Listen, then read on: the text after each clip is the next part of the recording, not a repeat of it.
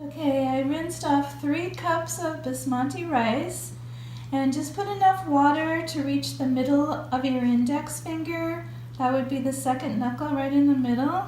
And that's how much water you want. This is a rice cooker, a medium-sized rice cooker. The spices that you need are green cardamom, cinnamon sticks, whole star of anise, and whole cloves.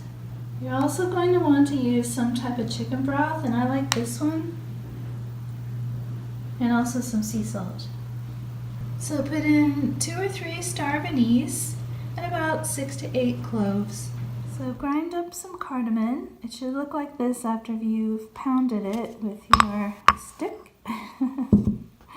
I used about 7 or 8 cardamom.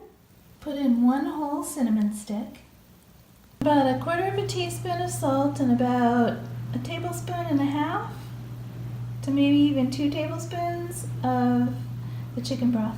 After you have all your ingredients in, make sure that you stir it really well and kind of grind up and chop up that chicken broth so you can mix it in together really well, and then start it on the rice cooker.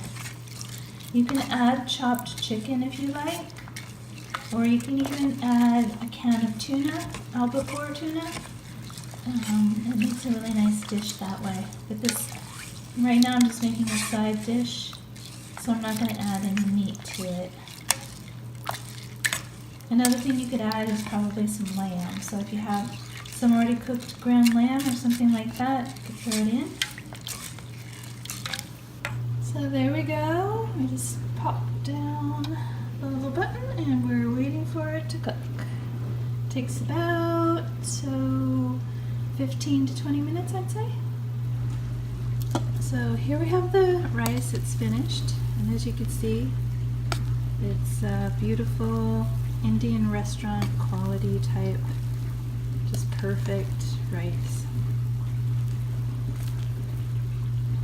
So if you enjoy this, go ahead and hit subscribe and leave me a thumbs up, and I will add more beautiful recipes to this channel. Thank you. Bye.